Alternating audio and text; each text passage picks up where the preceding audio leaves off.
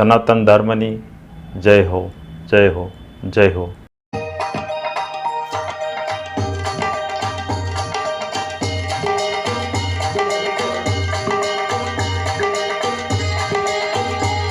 હાલ આપણે અહીં ધર્મસભામાં આપણે જેમનો આતુરતાથી લાભ લેવાનો હતો એ રામદાસ બાપુ અહીં ઉપસ્થિત છે. રામદાસ બાપુને ધર્મલાભ લઈશું. ત્યારે તો આ તકે હું વિનંતી કરીશ પૂજ્ય રામદાસ બાપુને કે તેઓ ધર્મલાભ આપશે. પૂજ્ય રામદાસ બાપુ. લોકાભિરામમ રણરંગધીરમ રાજેવ નેત્રમ રઘુવંશનાથમ કારુણ્યરૂપમ કરુણાકરંતમ શ્રીરામચંદ્રમ શરણં પ્રપદ્યે. બોલો રામચંદ્ર ભગવાન કી જય. મુરલીધર મહારાજ કી જય. જગતગુરુ રામાનંદાચાર્ય મહારાજ કી જય. સદગુરુ મહારાજ કી જય. હનુમાનજી મહારાજ કી જય. ચારો ધામ કી જય. સબ સંતન કી જય. સનાતન ધર્મ કી જય. નમઃ પાર્વતી પતિ હર હર મહાદેવ. આ વડોદ ગામની પવિત્ર ભૂમિ એક મોતી પ્રગટ્યું હતું. કળશીજી બાપુએ કીધું, અધર તખત એક મોતી ઉતર્યો, ત્રિવેણીમાં ટકચાળ પડી, અધર જરૂખા પ્રેમ પૂતળી, હીરા માણેકની હાર જડી. આત્મારૂપી મોતી. ને આ ભૂમિની અંદર 79 વર્ષ જે લીલા કરી છે સંસારમાં પરિવાર સાથે, અને વિદાય લીધી બધાના વચ્ચે સાધુ સમાજમાંથી. તો એ નિમિત્તે ભદ્રોત્સવ નિમિત્તે આપણે મળ્યા છીએ. ત્યારે મંચ ઉપર ઉપસ્થિત કથાકાર અમારે ભાનુબાપુ, કથાકાર મહાવીર બાપુ, કથાકાર વૈભવ દાદા, કથાકાર રાજુ બાપુ, ને સંતોના ચરણામાં કોટી કોટી પ્રણામ. ને આપ સન્મુખ જે બિરાજમાન સૌ છત્રી સમાજ, ગામના દરેક સમાજ ભાઈઓ અને માતાઓને મારા જય સિયારામ.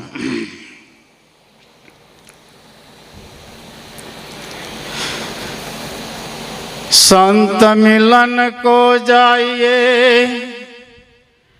तजमान मोय अभिमान, जो जो पाव आगे धरो, त्यों त्यों यज्ञ समान. संत सपूत ने तू बड़ा, तैणे नो एक स्वभाव, तारे पण डूबाड़े नहीं, એને તારાયું પ્રભાવ.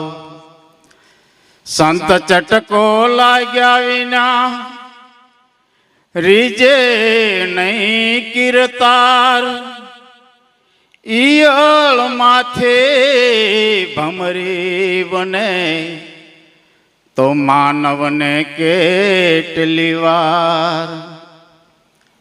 સાધકને જોલો શબ્દનો ને નરને જોલો નાર, દીપકને જોલો પવનનો, આ ત્રણે કેમ ઉતરે ભવ પાર.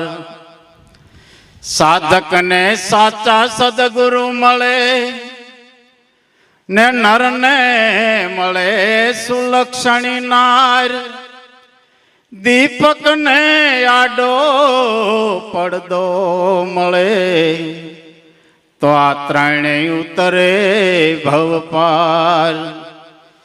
સદગુરુ મળે તો સંશય ટળે ને મટી જાય મનની તાણાવાણ, પછી તો આનંદ લેરું મટે, કરાવે આત્મની ઓળખાણ. આ સંસાર છે ને બીજી રીતે કહો તો આ મૃત્યુ લોક છે. સંસારની અંદર 84 લાખ જન્મો કીધા શાસ્ત્રો અને મહાપુરુષો, અને છે 84 લાખ શરીર છે એટલે 84 લાખનો ફેરો કીધો. હવે 84 લાખ જન્મની અંદર મહત્વનો જન્મ આપ્યો મનુષ્યનો, જે અત્યારે આપણે શરીરમાં છીએ એ મહત્વનો કીધો. મહત્વનો કેમ કીધો? કે આ જન્મની અંદર સમજણ છે, વિવેક છે, બુદ્ધિ છે, એટલે આ જન્મ એમને નથી મળતો. કેટલાય જન્મના પુણ્ય ભેગા થાય ને કેટલા જન્મના સુકૃત ભેગા થાય ત્યારે આ જન્મ મળે છે, ત્યારે આ શરીર મળે છે. એટલે એક સંતે કીધું, મળ્યો મનુષ્યનો રે અવતાર, માંડ કરીને રે ભાવે ભજા નહીં ભગવાન, હેત ધરીને રે પછી ખાશો જમના માર, પેટ ભરીને રે માટે રામ નામ સંભાર. ગઈ પલ તારી ફેર નહીં આવે, મૂર્ખ મૂઢ ગમાર. ભવસાગરની ભૂલવણીમાં, ભવસાગરની ભૂલવણીમાં વીતી ગયા જુગ 4 ફેરા ફરીને રે માટે રામ નામ સંભાર. જઠરાય અગ્નિમાં જુગતે રાખ્યો, 9 માસ નિરાધાર.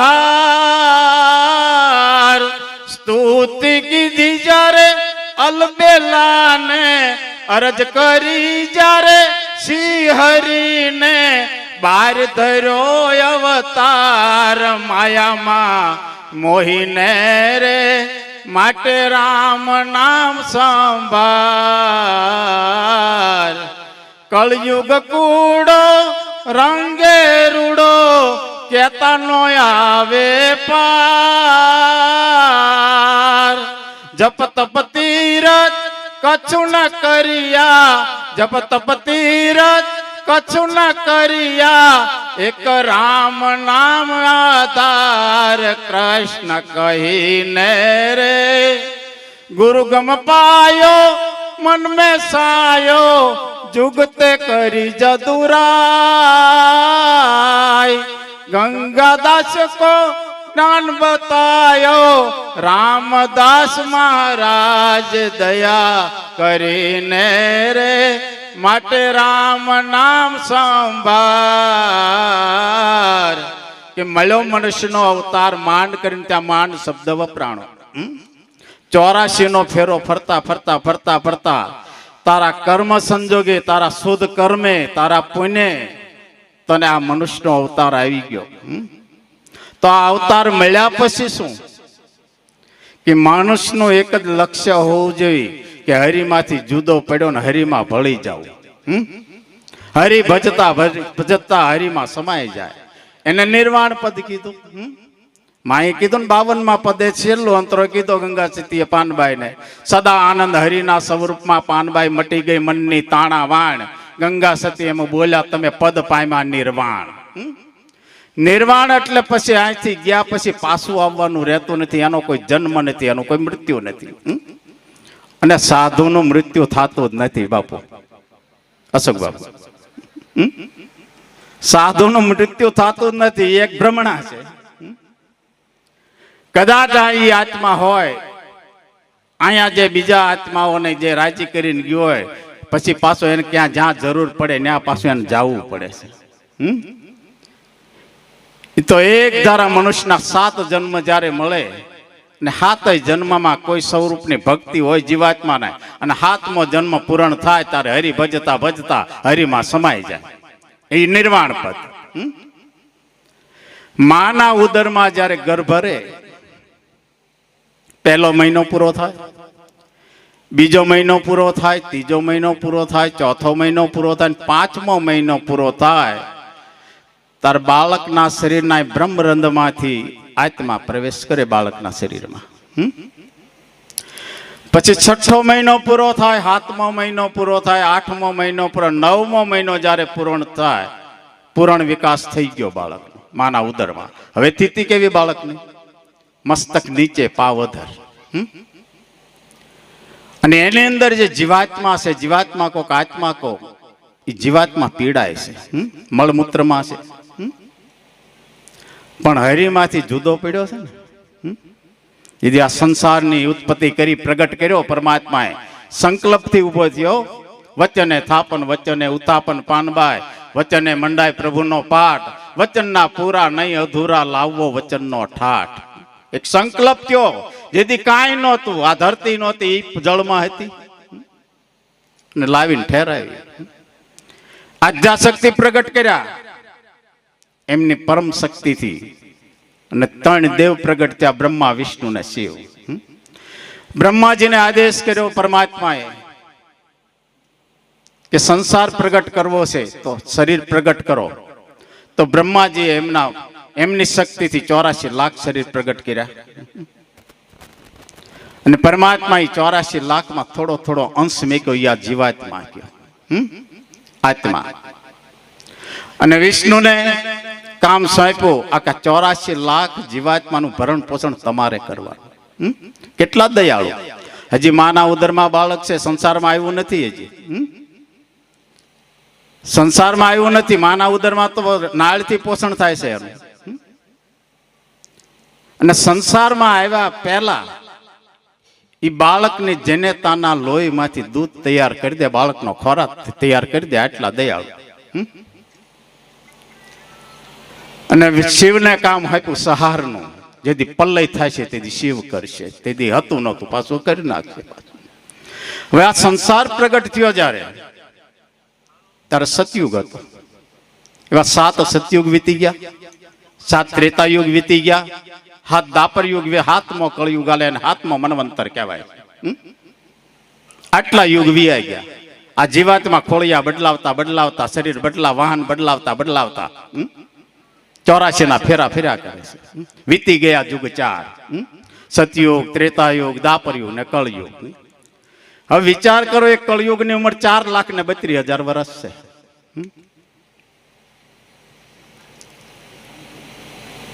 વીતી ગયા યુગ 4.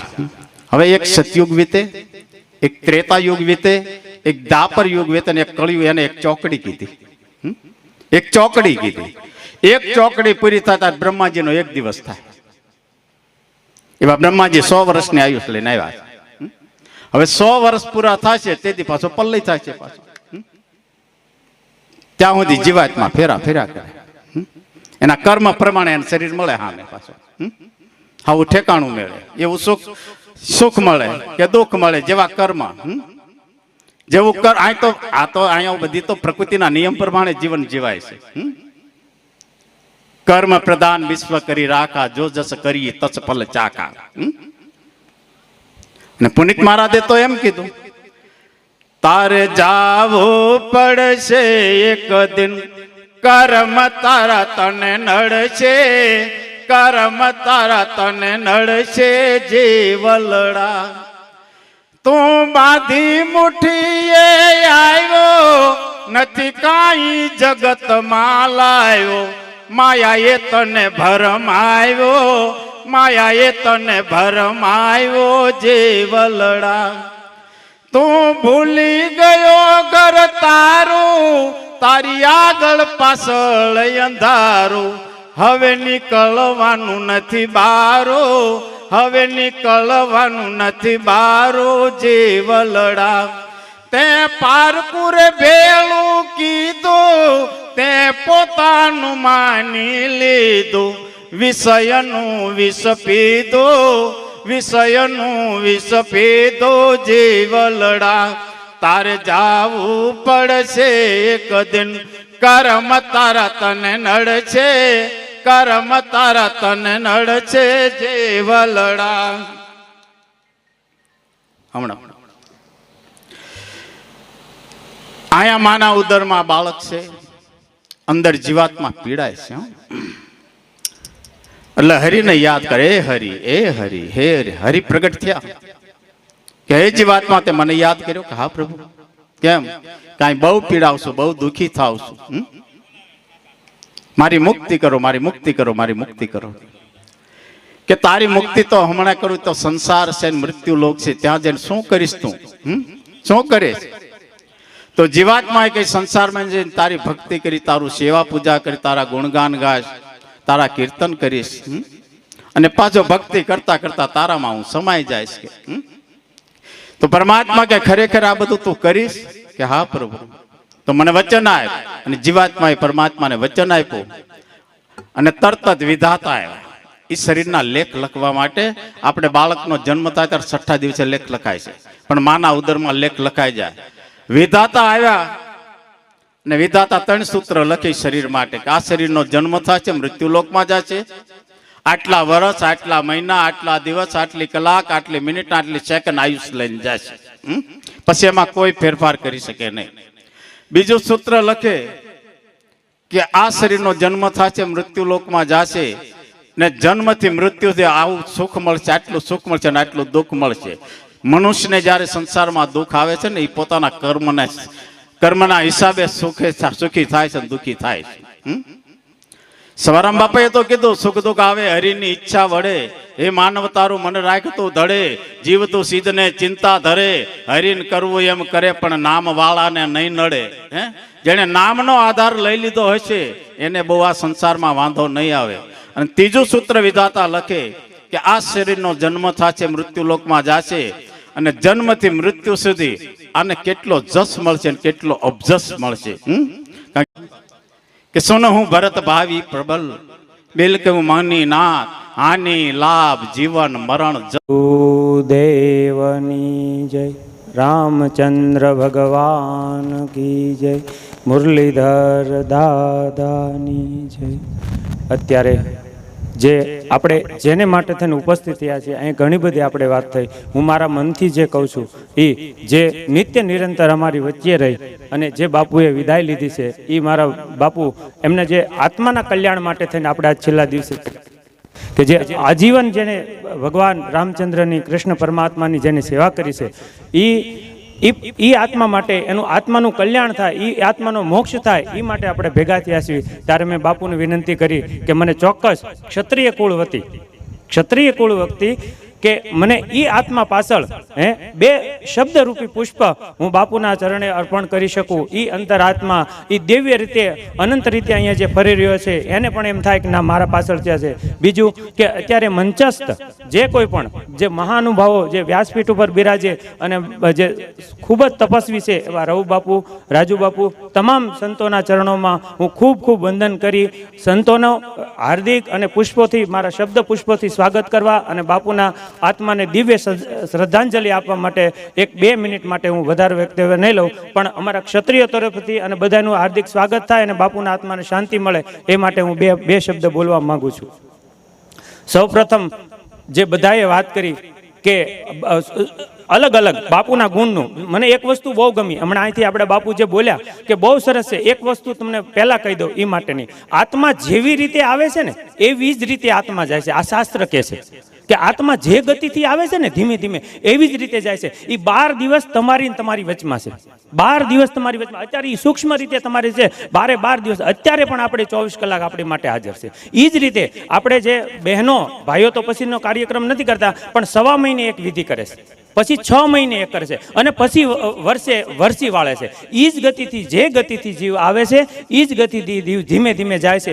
એ અંતરાત્મા અત્યારે આપણી વચ્ચે જ છે. અને બાપુએ કીધું એમ, જ્યારે હું મારું પોતાનું દર્પણ હું નથી જોઈ શકતો બાપુ, પણ તમે મારો અરીસો જ્યારે સામો રાખો ત્યારે હું કેવો છું એનું ગુણગાન અને એનું વર્ણન તમે કરી શકો. ત્યારે બાપુનું જે ખૂબ જ તપસ્વી અને સરસ મજાનું જીવન છે, જેને શબ્દ રૂપે અલગ અલગ રીતે કીધું છે, પણ મારે જે કહેવું છે કે એ એક વધારે સમય નહીં લેતા. સરળ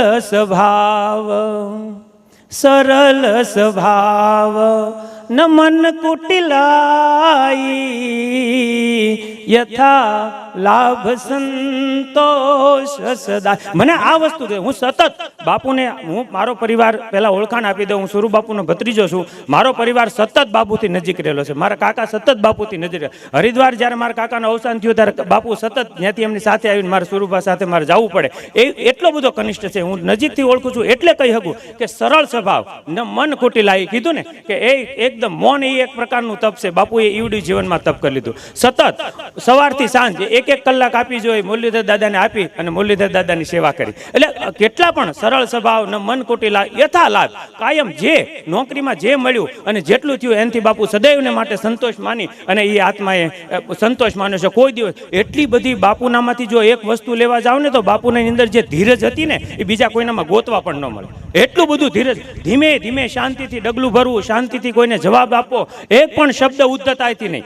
કોઈ દિવસ કોઈનો વિરોધ નહીં, કોઈ દિવસ કોઈની કુટુલાય નહીં, કોઈની કથની નહીં, કોઈ વસ્તુ નહીં. સતત ઈશ્વરની અંદર મૌન રહેનાર, ભગવાનનું સ્મરણ કરાર, એવો તે. એટલે જ હું કહું છું કે હે કૃષ્ણાય વાસુદેવાય, હરે હે પરમાત્મને પ્રણત કલેશ નાશાય, ગોવિંદાય નમો નમઃ. હે પરમાત્મા, હે મારા ઈષ્ટદેવ, હે મુરલીધર દાદા, આજે સતત તમારા ચરણોમાં રહી અને જે આત્માએ જે ગતિ કરી છે એ આત્માને તમે પૂર્ણ શાંતિ અને મોક્ષ આપો, એવી મારે હૃદયની પ્રાર્થના છે. પછી આપણે ઘણી બધી વાત થાય કે તો આ આત્માને શું, પણ તો તમે જ્યારે ગીતા વાંચ્યો, ગીતાની બહુ વધારે ચર્ચા ન થઈ શકે, પણ તમે ગીતા વાંચ્યો ત્યારે અર્જુનને બધા અનેક પ્રશ્ન થતા રાજુ બાપુ એમ કીધું કે ભગવાન અડધી ગતિએ પહોંચ્યો હોય, વાદળ જેમ આકાશ આખા વાદળોથી ઘેરાઈ ગયેલું હોય અને ભિન્ન વાદળ થઈ જાય, એવી રીતે તમારા ભક્તની ગતિ શું થાય? ત્યારે ભગવાને એક જ શબ્દમાં કીધું કે નમે ભક્ત પ્રણશ્યતિ, નમે ભક્ત પ્રણશ્યતિ. અર્જુન જે જગ્યાએ એ પહોંચ્યો છે ત્યાંથી એનો કોઈ દિવસ વિનાશ ન થાય, ત્યાંથી મારો ભક્ત આગળ જ જાય. અને એ બાપુની ગતિ હતી, સવાર સાંજ બે એક કલાક આપી અને કહે એ આત્માની કોઈ અધોગતિ ન થાય, એ ઉત્તમ ગતિને ઉત્તમ ગતિને જ પામનાર છે. બીજું કે રામાનુજ, રામ વત્તા અનુજ, જે રામે પોતાના લક્ષ્મણની તરીકે જે આખો વંશ જે હાલ્યો છે અને સનાતન ધર્મનો જે મૂળ છે એ રામાનંદ પરિવારની અંદર જન્મેલા બાપુ, અને હું મારા વડોદ ગામ અને તમામ ક્ષત્રિય પતિઓને શત વંદન કરું છું. બીજું કે એક નાની એવી વાત કહી દઉં કે આપણે કહેતા હોઈએ છીએ ઘણી વખત, હું સામાન્ય નારાયણ બાપુએ કીધેલો દાખલો છે કે એક ભાઈ આવ્યા અને કીધું બાપુ મારા છોકરાને આશીર્વાદ આપો ને. તો ઓલા બાપુએ એમ કીધું કે ઈ હું વળી આશીર્વાદ હું કાંઈ શિવાજી બીડીને જોડી છે તે અહીંથી કાઢીને આપી દઉં? બટા એમ આશીર્વાદ ન નીકળે. આશીર્વાદ તો ત્યારે નીકળે કે જો તું કોઈના અંતરના આત્મામાંથી તે પ્રગટે અને એનો અંતર આત્મા જેથી આશીર્વાદ દે તેથી તને આશીર્વાદ મળે. તો કે એ કેવી રીતે મળે? તો કે કોઈ ભૂખ્યો હોય 2 દિવસનો અને તારે આંગણે આવે ને કે મારે જમવું છે, 2 બાજરાના રોટલા, 1 રીંગણાના શાકની તાહળી અને 2 વાટકા છાશ પાઈ દે ને હશ ઓટકાર આવે ને એમ કે જા તારું કલ્યાણ થાય છે, તે દી ઉડવી કલ્યાણ થાય. એવું સરસ મજાનું આજ હું બધાની વચ્ચે કહું છું કે જો એ આત્મા ઉત્તમ હતો એટલે આવડું કાર્ય થયું છે કે અમારા ગિરીશ બાપુ તરત રમાબા એમના સમરણાર્થે તેમના દીકરી નીતાબેન જે છે અને તેમના ભાણેજ હર્ષ બાપુ છે એ હાલ અમદાવાદ રહેશે, એના તરફથી સતત જે પશુ પંખી છે એની માટે ચબૂતરો બનાવી અને ચણ નાખવા માટેનું ખૂબ શુભ કાર્ય આરંભ કરે છે. આ એના પાછળના અંતરના આશીર્વાદ છે અને આ આશીર્વાદ સતત મળતા રહે, બાપુના આત્માને દિવ્ય ગતિ મળે અને અમારા બધા ક્ષત્રિય સમાજ અને બધા વતી અમે ખૂબ મુરલીધર દાદાને પ્રાર્થના કરવી કે એ આત્માને ખૂબ ઉત્તમ ગતિ મળે અને તમારું ચરણ મળે એવી પ્રાર્થના સાથે જય મુરલીધર. જય સિયારામ.